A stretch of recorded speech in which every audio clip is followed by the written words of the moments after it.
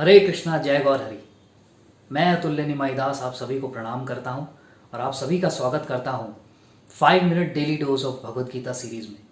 तो आज तीसरा दिन, पहले अध्याय का तीसरा श्लोक देखिए क्या कहता है। पश्यतां पांडुपुत्राणाम आचार्य महतिम चमूम व्यूढ़ं द्रुपदपुत्रेण तव शिष्येण धीमता। हे आचार्य, पांडु पुत्रों की विशाल सेना को देखें जिसे आपके बुद्धिमान शिष्य द्रुपद के पुत्र ने इतने कौशल से व्यवस्थित किया है।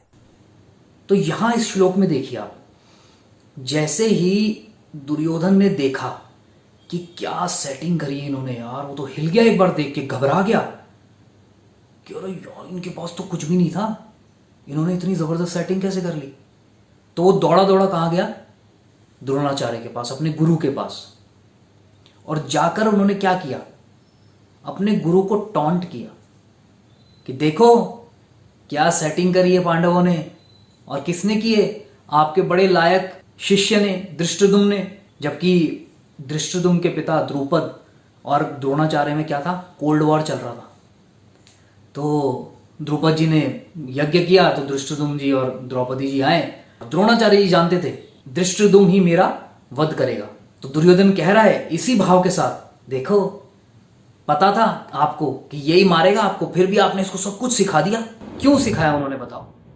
क्या वो जानते नहीं थे कि यही मुझे मारेगा, और फिर भी सिखा दिया? क्योंकि वो डरते नहीं थे मृत्यु से। भगवद गीता में हम जैसे जैसे आगे चलेंगे हम आपको बताएंगे जो हमारे जीवन में सबसे बड़ा भय है वो क्या है? मृत्यु।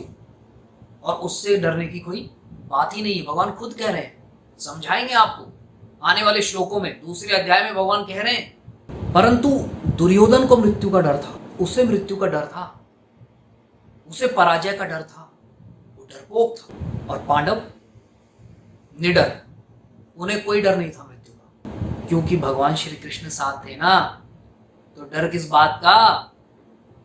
अरे भगवान क्या कहते हैं, कहावत नहीं है कि अगर भगवान मारना चाहते हैं तो कौन बचा सकता है, और अगर भगवान बचाना चाहे तो कौन मार सकता है।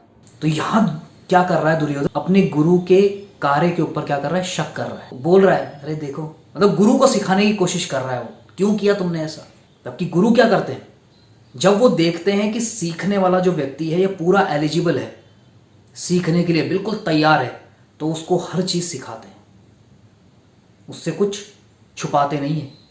हाँ, अगर एलिजिबल ही नहीं है, वो गुरु जानते हैं, वो तो इतने क्वालिफाइड तो है। आज एक यूनिवर्सिटी का प्रोफेसर जो पीएचडी के स्टूडेंट्स के गाइड बनते हैं, अगर उनके पास कोई व्यक्ति आया और वो बोले मैं पीएचडी करना चाहता हूं, तो वो देख के बता देगा कि ये करने लायक है कि नहीं है। और आज देखते भी हम कि लायक है ही नहीं लोग, बस करते हैं। क्यों? क्योंकि इंसेंटिव मिलता है, पैसा मिलता है, इसलिए पीएचडी करे जा रहे हैं। तो गुरु को पता लग जाता है कि कौन सीखने लायक है कि नहीं। तो धृष्टद्युम्न पूरे सीखने लायक थे, तो उन्होंने हर चीज उनको सिखाई। जैसे कि एकलव्य आया था द्रोणाचार्य जी के पास सीखने के लिए, परंतु वो लायक नहीं था। द्रोणाचार्य जी ने देख लिया कि ये लायक नहीं है, ये इस विद्या, लायक का मतलब क्या है? वो उस विद्या का सही इस्तेमाल नहीं करेगा। तो उन्होंने भाप लिया, तो उन्होंने नहीं सिखाया। परंतु अब आप कहोगे कि दुर्योधन कौन सा बहुत अच्छा था, या दुशासन कौन सा बहुत अच्छा था, जो कौरव बहुत अच्छे थे जो उनको सिखा दिया। तो क्योंकि वो तो राजा के पुत्र थे, उनके पास और कोई चॉइस ही नहीं थी।